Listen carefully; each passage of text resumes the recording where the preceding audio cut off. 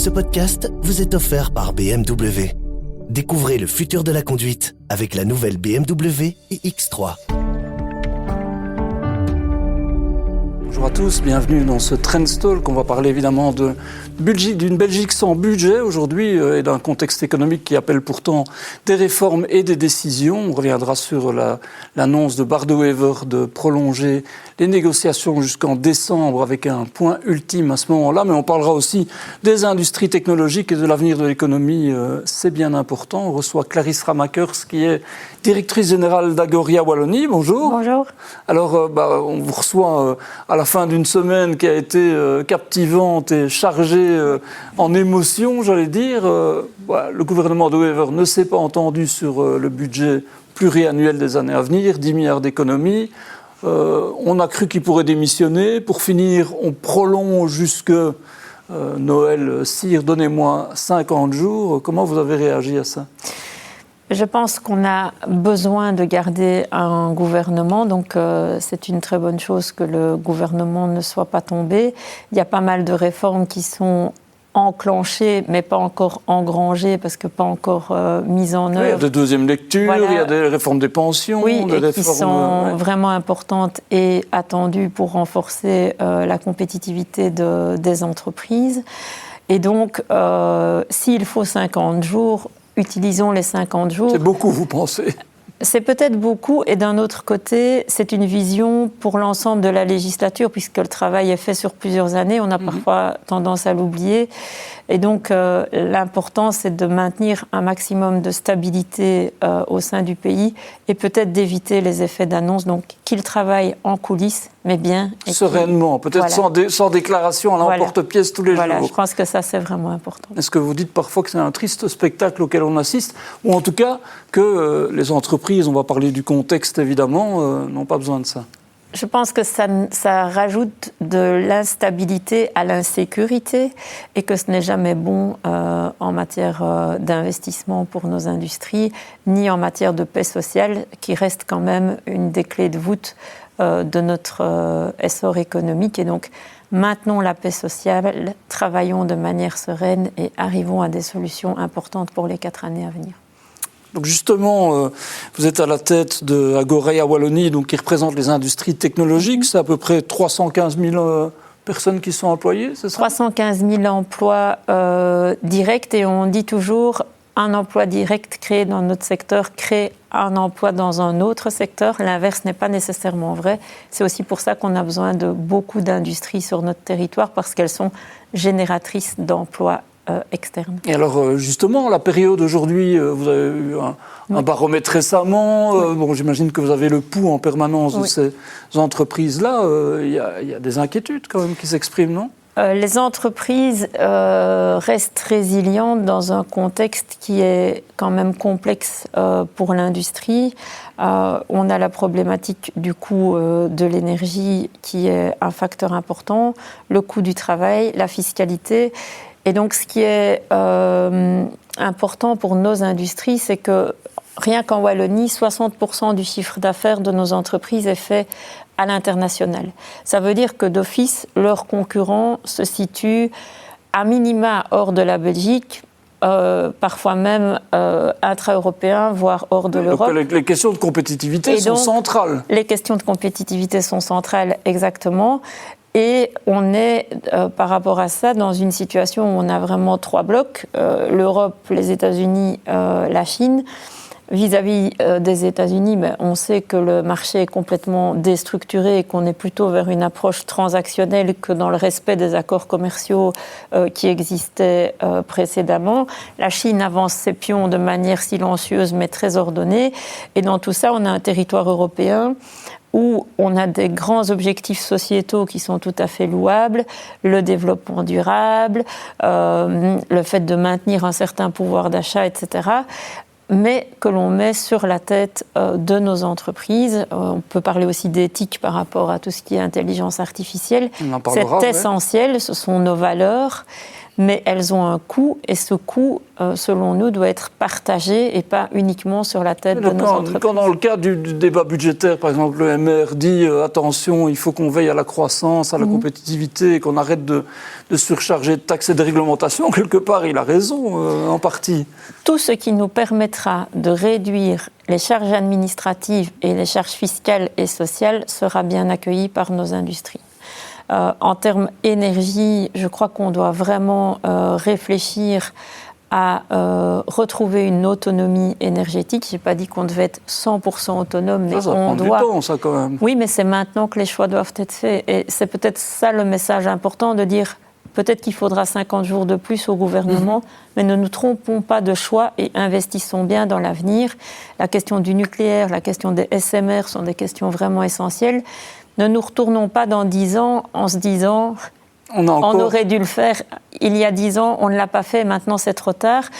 On le voit dans toutes les discussions qu'il y a au niveau des centrales avec EDF, etc. On n'est pas dans un monde de bisounours, et donc il faut qu'on compte sur nous-mêmes pour tout ce qui est actif stratégique, autonomie stratégique. Donc clairement, l'énergie, les matériaux, la donnée, c'est vraiment essentiel. On a beaucoup de discussions sur est-ce qu'on remet encore un data center sur le territoire wallon ? Oui, certainement, mais contrôlons aussi la manière dont les données sont disponibles. Oui, la souveraineté des données est importante. Exactement. Oui. Et le dernier point, c'est la sécurité physique. Et donc, l'impact que ça a en termes de défense, ce sont vraiment 4 éléments clés pour permettre à nos industries de pouvoir faire des investissements à moyen et à long terme. Et c'est de cela que l'on manque un peu pour le moment. La défense, on va en parler sur l'aspect sécuritaire, mais il y a quand même maintenant une volonté en Europe, de la plupart des pays, y compris en Belgique, de réinvestir dans ce domaine-là. Ça, c'est plutôt une bouffée d'oxygène pour certaines industries et certains secteurs, ou pas ? Alors, il faut qu'on fasse attention à ce qui existe en termes d'effets d'annonce et de réalité. Donc, selon nos projections, quelque part, ouais. Voilà, selon nos projections, de fait, ça peut créer une vraie opportunité. On a les technologies pour le faire.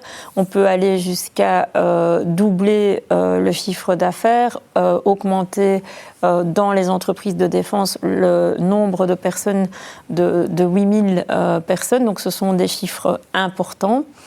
Maintenant, il faut que l'on fasse ça de manière ordonnée au niveau intra-européen, et on doit peut-être travailler sur des accords volontaires entre États, c'est-à-dire ne pas essayer d'avoir un accord sur les 27, mais se dire, selon la typologie d'activité de défense, il y a le terrestre, il y a l'aérien, il y a le maritime, il y a tout ce qui est lié au digital et au cyber.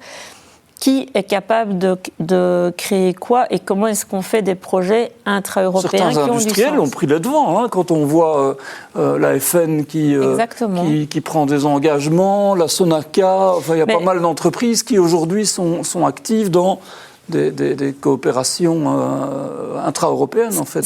Ça répond bien à notre enjeu de masse critique. Et donc, quand on voit les acquisitions qui sont faites par la FN, par la Sonaca, l'objectif, il est stratégique, il est d'augmenter la taille critique de l'entreprise pour pouvoir répondre à des marchés intra-européens et internationaux.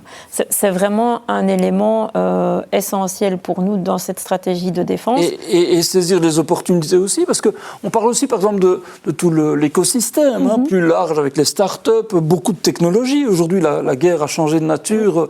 Ça veut dire que la Wallonie a une belle carte à jouer dans tout ce contexte-là. La Wallonie a une belle carte à jouer et doit oser affirmer les thématiques sur lesquelles elle a ses forces. Et ça, je pense que c'est vraiment essentiel que dans les semaines à venir, on arrive sur ce sujet-là, avec les industriels, avec le tissu de PME que l'on a, de pouvoir se dire, voilà les angles sur lesquels on va pouvoir attaquer. Le ministre Jolet et le ministre-président ont mis en place une task force wallonne. On y travaille et je pense que c'est vraiment essentiel qu'on débouche sur quelque chose dans les semaines à venir. Alors, l'autre grand volet, il y en a un certain nombre, j'oublierai pas la transition énergétique et climatique évidemment, mais l'intelligence artificielle, c'est une grande lame de fond. Est-ce qu'on en prend la mesure ? Est-ce qu'on est prêt ? Est-ce que là aussi c'est une opportunité ou ça reste une menace ? Alors, plusieurs points sur l'intelligence artificielle. Tout d'abord, bien se dire que ce n'est pas parce qu'on a mis en place Copilot ou ChatGPT dans son entreprise qu'on a intégré l'intelligence artificielle et l'impact que l'intelligence artificielle va avoir dans son entreprise. Selon nos études, en termes de stratégie, en termes d'évolution du business model, on a seulement une entreprise sur 5 qui a vraiment adopté l'IA. De manière, entre guillemets, intelligente, sans mauvais jeu de mots, c'est-à-dire de stratégiquement... De manière stratégique et de voir quel va être l'impact sur le business model. Partant de ça, je crois qu'il faut vraiment qu'on travaille avec les entreprises à mettre en place des outils qui leur permettent d'évaluer quel va être l'impact de l'IA sur leur cœur de métier. C'est-à-dire, est-ce qu'il y a des pans de mon activité que l'IA peut remplacer ou est-ce que c'est un outil qui va me permettre de gagner en compétitivité. Ce n'est pas la même chose et ça n'a pas les mêmes impacts en termes de décisions qui doivent être prises par le board. Et donc ça, c'est vraiment un élément qui est essentiel pour nous. Après, on a la question de comment est-ce que l'IA a un impact sur l'emploi, ce qui n'est pas la même chose. Certains disent que ça va être très destructeur potentiellement, et même pour les cols blancs. Donc on est dans une nouvelle révolution industrielle. On est dans une nouvelle révolution industrielle, mais il faut que l'on soit conscient que l'IA n'intervient que sur certains types de tâches, comme par exemple les tâches répétitives, les tâches de synthèse. Et donc, quand on voit les études internationales qui ont permis de découper les différentes fonctions en tâches, on peut voir qu'en fait, l'impact en termes de disparition de fonctions, plutôt que de métiers, c'est vraiment comment le métier est composé en fonction, on a 3% des emplois qui risquent de disparaître, mais avec un secteur qui va générer une grosse croissance en termes donc c'est pas si de mauvais, chiffre alors. d'affaires. Ce qu'il faut gérer, c'est la transition, et donc de savoir comment on va faire pour réorienter les fonctions qui vont être remplacées par l'IA, et surtout, ce qu'on voit arriver en lame de fond, vous parliez de lame de fond, qui est inquiétant, c'est le fait que certaines entreprises commencent à dire « moi, je n'engage plus de juniors parce que l'intelligence artificielle peut faire leur boulot ». Et là, on a un vrai enjeu parce que sans juniors, comment est-ce qu'on va avoir des seniors à un moment donné ? Et qu'est-ce qu'on met en place ? On a notamment le cas sur les codeurs, ça a été assez relayé sur les réseaux sociaux ces derniers temps, où des jeunes codeurs ne trouvent plus de place. Peut-être qu'on doit les mettre dans un autre métier que le codage, où ils vont pouvoir continuer à apprendre et à un moment donné, comme la cybersécurité par exemple, et à un moment donné pouvoir revenir à ce métier-là et arriver en tant que senior. Mais c'est un bouleversement de l'organisation des entreprises, mais ce n'est pas nécessairement ce qui va tuer l'emploi. Et est-ce qu'en matière de formation, on parle souvent de pénurie d'emploi dans certains secteurs, mais est-ce qu'on est prêt, est-ce qu'on a pris la mesure là aussi de l'accompagnement dont on a besoin, que ce soit pour recycler ou pour former d'ailleurs. Mais par rapport à la formation dans les structures d'enseignement traditionnelles, un des défis que l'on a, c'est qu'en général, entre le moment où on détermine un programme qui doit être intégré dans la formation et le moment où il est mis en œuvre, ça prend 2 ans. Quand on voit l'évolution qu'il y a eu en termes de technologie en intelligence artificielle sur 2 ans, on peut se dire on aurait déjà raté 3-4 gares. Donc il faut vraiment qu'on réfléchisse à des structures parascolaires qui peuvent venir en appui, mais d'abord permettre aux entreprises de voir quel va être l'impact réel de l'IA sur leur activité. Ça, c'est vraiment crucial. Clarisse Ramakers, on a annoncé, c'était au moment de la mission princière en Californie, si je ne m'abuse, en tout cas des investissements importants en Wallonie d'Amazon et de Google. Alors, certains l'ont salué en disant « Regardez, c'est les premières mesures du gouvernement qui fonctionnent, on attire les investissements étrangers, ce qui est en soi une bonne nouvelle ». D'autres ont dit ça peut être très destructeur aussi pour notre écosystème. Quel est votre sentiment par rapport à ça ? Je pense qu'il y a plusieurs éléments d'attention. On doit travailler principalement sur notre autonomie stratégique. Ce type d'acteurs-là vont avoir moins d'impact sur les entreprises technologiques que moi je représente et vont certainement plutôt générer une émulation au sein de l'écosystème digital, etc. Ça, c'est plutôt positif. Donc ça, c'est plutôt positif. Je pense que l'enjeu, il est comment est-ce qu'au niveau intra-européen, on garde une souveraineté stratégique sur nos données tout en permettant l'accueil de ce type d'acteurs dont on a besoin pour créer de la valeur. Parce qu'on parle souvent de création d'emplois. Je pense qu'on doit être conscient qu'on n'est plus à l'ère de l'industrie de Charlie Chaplin et qu'une industrie actuellement, elle est propre, elle a des robots, elle est plus ou moins silencieuse et donc elle ne crée pas nécessairement énormément d'emplois, mais elle crée de la valeur et en plus elle crée des emplois de manière indirecte, ce qui est le cas d'acteurs comme Google et Amazon.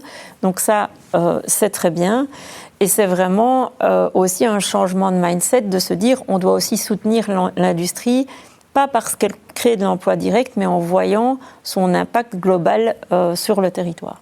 En même temps, vous avez parlé des États-Unis et de la Chine.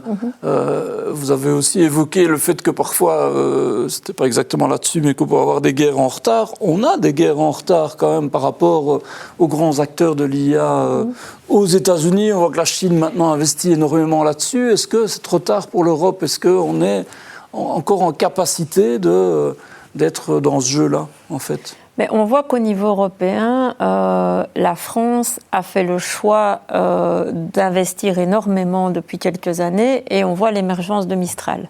Donc on peut se dire... C'était la French Tech, enfin, oui, en tout cas. Mais c'est vraiment le résultat de ces investissements-là. Ce qu'on voit chez nous, c'est qu'on a une capacité à générer des outils autonomes aux entreprises en termes d'IA et c'est très important aussi par rapport à la préservation de nos innovations. Et donc, axons-nous sur ce que nous connaissons et travaillons aussi à protéger nos données au niveau intra-européen. On a des acteurs comme NRB, comme NSI, qui peuvent vraiment amener des solutions au niveau belge. Et donc, en termes de gouvernance également, faisons attention à, dans le cadre de marchés publics, privilégier aussi des solutions qui sont peut-être plus autonomes. On a des acteurs aussi comme Odoo, comme iCare, qui sont un peu dans le service aux entreprises. Donc ça veut dire qu'on a peut-être des niches sur lesquelles on peut croître et investir. C'est tout à fait ça. Et bien sûr qu'on ne créera pas le ChatGPT parce que ça a demandé des dizaines d'années de conservation de données, de traitement de données, de technologie. On ne rattrape pas ça en un tour de main, mais on a des atouts aussi en termes d'IA. La Chine, est-ce que c'est quelque chose que vous regardez? Là, on a eu une séquence où il y avait le plan quinquennal qui était adopté, avec une volonté, si je me trompe, d'insister beaucoup sur l'autonomie stratégique là aussi, mais en tout cas, eux, de contrôler toute la chaîne depuis, évidemment, la production, mais maintenant jusqu'à l'innovation et avoir un écosystème très intégré et quelque part indépendant de tous les autres et de toutes les autres puissances. Est-ce que c'est une vraie menace et est-ce qu'on la mesure aussi, celle-là? Je pense que c'est une menace qu'on mesure depuis longtemps. D'ailleurs, on l'a vu, nos industries pendant la période du Covid, ont vraiment cherché d'autres solutions d'approvisionnement que la Chine parce que les flux étaient très aléatoires. Et donc, on doit être vigilant. On doit aussi se rendre compte que cette économie est très planifiée, mais à quel coût?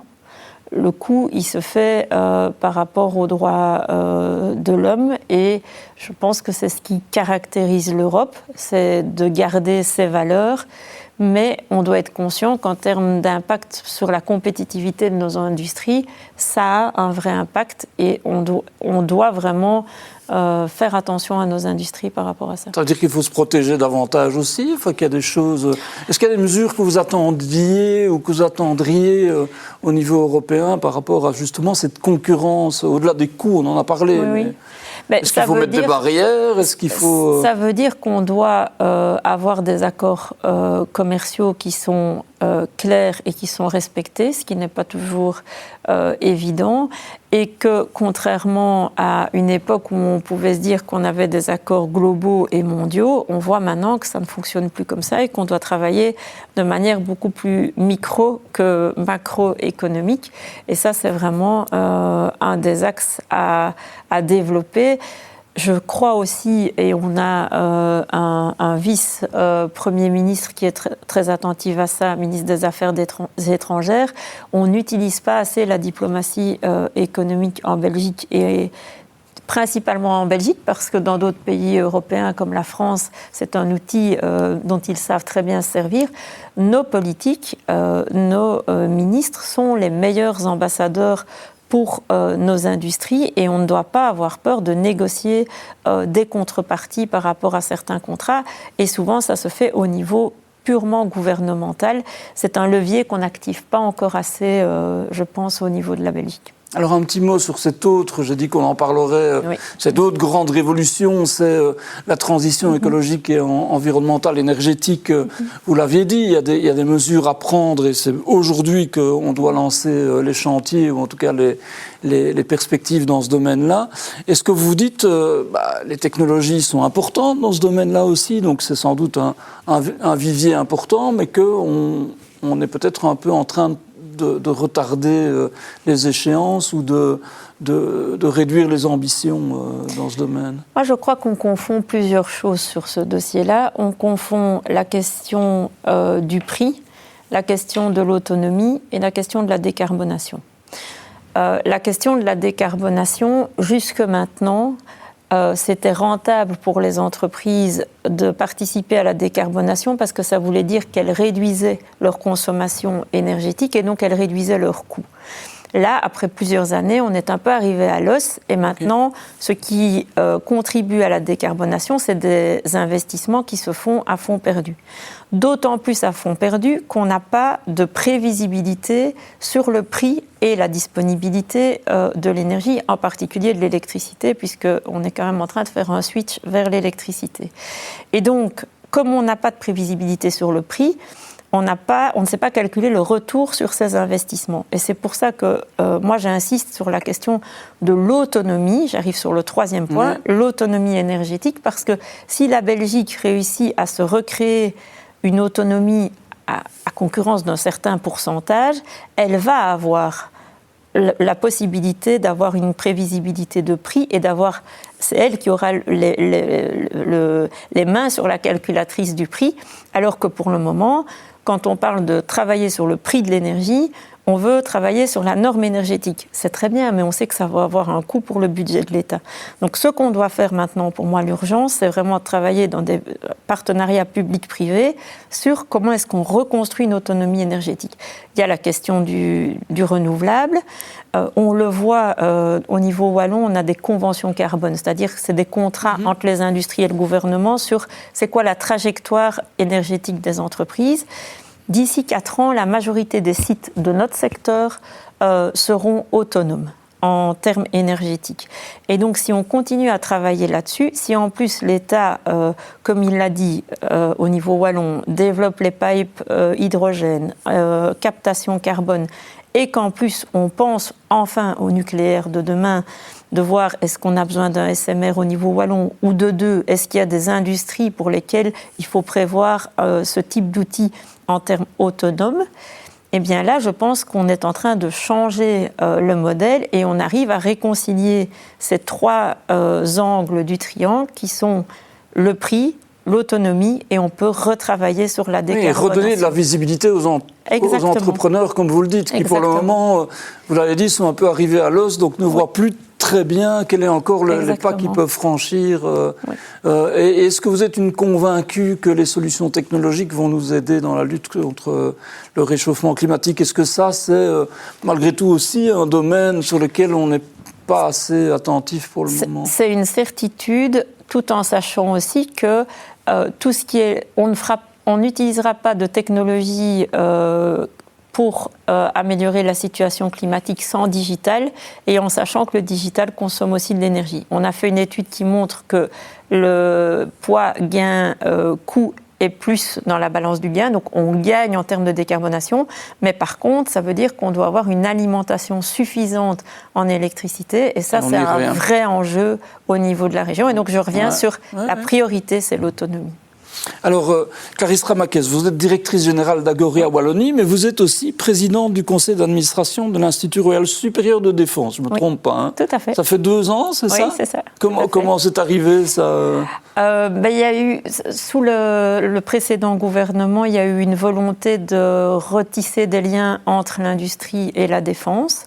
Et donc, cet institut a pour vocation à accueillir le budget de ce qu'on appelle la DIRS, c'est-à-dire les plus de 3 milliards qui sont dédicacés à l'innovation industrielle de défense. Et donc, c'est à ce titre-là que Agoria avait une légitimité pour être à la présidence du CA. C'est un CA qui est composé à la fois d'académiques, mais de militaires et de représentants de l'industrie. C'est passionnant, non? Dans cette époque en plus qui est quand passionnant. C'est passionnant aussi de voir l'évolution d'une structure qui n'avait peut-être pas beaucoup de moyens il y a quelque temps et qui doit absorber pas mal de moyens, qui retisse liens avec l'industrie. Et je pense que c'est vraiment une des clés pour rendre ces lettres de noblesse à nos industries de défense. C'est passionnant et c'est inquiétant aussi. On est dans une période quand même troublée. Pour reprendre encore l'actualité de cette semaine-ci, on a évidemment beaucoup évoqué les survols de drones au-dessus de nos installations critiques, aéroports, bases militaires, etc. Peut-être que c'est l'indice de quelque chose d'autre. On parle de la menace russe. Comment vous le voyez de ce point de vue-là, de là où vous êtes On peut faire un peu le parallèle entre ce qui se passe au niveau commercial et ce qui se passe au niveau physique. Je crois qu'on a eu la chance de vivre pendant plusieurs décennies dans un contexte de paix physique et commerciale. Et que là, depuis un an ou deux, ça s'accélère et on voit que ce n'est plus un état de fait. Et donc, on doit changer notre mindset, on doit changer notre manière de voir les choses et de se protéger. Et donc, je pense que c'est un gros enjeu. Je crois aussi qu'il faut éviter de tomber dans la paranoïa et dans la peur. On n'a jamais construit quoi que ce soit d'intéressant en ayant peur. Et donc, on a des structures, on a des moyens. Le gouvernement a décidé de dédicacer des moyens à cette défense de manière générale. Et je crois qu'on doit vraiment continuer dans cette direction-là. On ne doit pas rebrousser chemin à l'heure actuelle. En même temps, on se dit que la menace est peut-être imminente. Or, quand je dis imminente, je ne parle pas de demain, mais on parle dans un laps de temps qui pourrait quand même être assez rapide et sur lequel on est peut-être un peu démuni. C'est votre sentiment ou pas ? Je pense que pour côtoyer des militaires régulièrement, ils sont tout à fait conscients de ce qui se passe. Ils sont tout à fait préparés psychologiquement. Je pense que ça se jouera aussi au niveau européen, d'où l'importance de bien retisser les liens d'une Europe forte. Et après, je pense que personne ne sait ce qui peut arriver quand une guerre se déclenche. De toute manière, ce qui est souhaitable, c'est qu'elle ne se déclenche pas. Alors, il y a beaucoup d'agitation ces derniers temps. On en parlait au niveau politique, mais c'est vrai, vous faites le lien entre la guerre commerciale et la guerre physique, effectivement. Mais c'est vrai que ça s'agite beaucoup. Ça se polarise dans tous les sens. En matière de défense, on a eu ces derniers temps des reprises d'essais nucléaires. Un président russe qui bombe le torse en montrant des nouvelles technologies nucléaires. Est-ce que vous vous dites c'est le retour de la guerre froide, ou bien qu'est-ce que ça vous inspire en fait de voir cette espèce de jeu qui n'est pas si drôle finalement? Mais c'est toute la question de qu'est-ce qui relève de l'effet d'annonce et qu'est-ce qui relève de la réalité. On l'a vu quand il y a eu le survol de l'avion en Pologne, où je crois tout le monde a réagi de manière assez froide et sereine. On est face à une personnalité et à un État qu'est la Russie qui vient titiller constamment nos limites. Et donc, ce que j'entends, en tout cas des professionnels de ce genre de situation, c'est que surtout, il faut rester très mesuré dans sa réaction. Mais par contre, en termes d'action, il faut montrer qu'on est prêt, il faut montrer qu'on a des moyens, qu'on se renforce, parce que c'est comme ça que l'on peut dissuader l'État agresseur d'agresser. Et je crois que c'est vraiment ça notre objectif.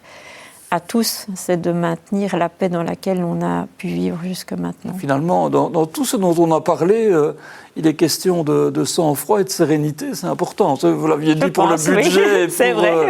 C'est vrai que dans tous les domaines, on doit se rendre compte que les enjeux sont importants. Je pense que dans un contexte qui est hyper changeant et hyper insécurisant, si tout est géopolitique, alors tout est territorial. C'est-à-dire qu'on doit renforcer notre territoire, on doit renforcer nos forces, parce que c'est là-dessus qu'on pourra compter en cas d'agression, qu'elle soit commerciale ou qu'elle soit physique. Comme si, et si tout est politique partisane, on n'arrivera pas non plus à des accords sur le budget. Donc je vous le laisse.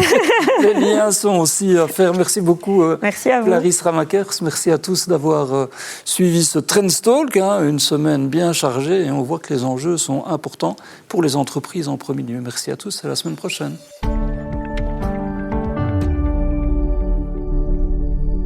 Ce podcast vous est offert par BMW. Découvrez le futur de la conduite avec la nouvelle BMW iX3.